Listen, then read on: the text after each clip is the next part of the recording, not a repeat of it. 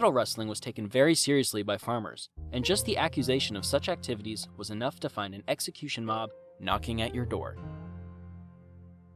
This frontier justice gave rise to a bloody conflict in Wyoming, now remembered as the Johnson County War in 1889. Cattle companies had been ruthlessly persecuting alleged rustlers, often on flimsy evidence gathered by so-called range detectives.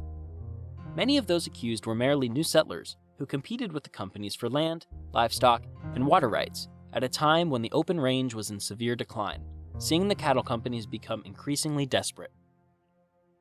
Frustration had been brewing for quite some time with the way the big companies were behaving towards the small ranchers that made up the local community, but it was the hanging of Ella Watson and her husband that would prove the spark for the coming frontier war.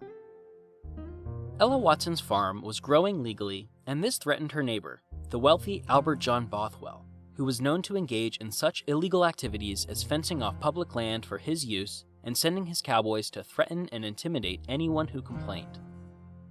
When Bothwell decided to accuse her of rustling, an armed gang turned up at Ella's farm, and the two of them were hung from a tree despite a friend attempting to rescue them by opening fire on the mob. 6 men were arrested for their murder, but witnesses were intimidated, and one even disappeared before they came to trial, and Bothwell acquired Ella's land without legal repercussions. But there were other consequences. The range detective who acted on Bothwell's claims was murdered soon after and triggered a series of tit-for-tat killings until the wealthier ranchers hired gunmen to invade Johnson County.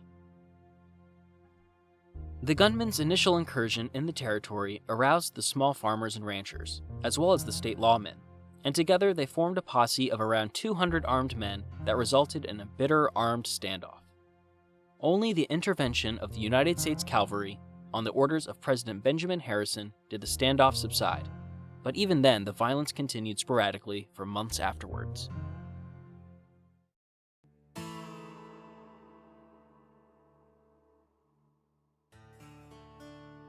Cattle rustling was by no means the only crime in the Old West.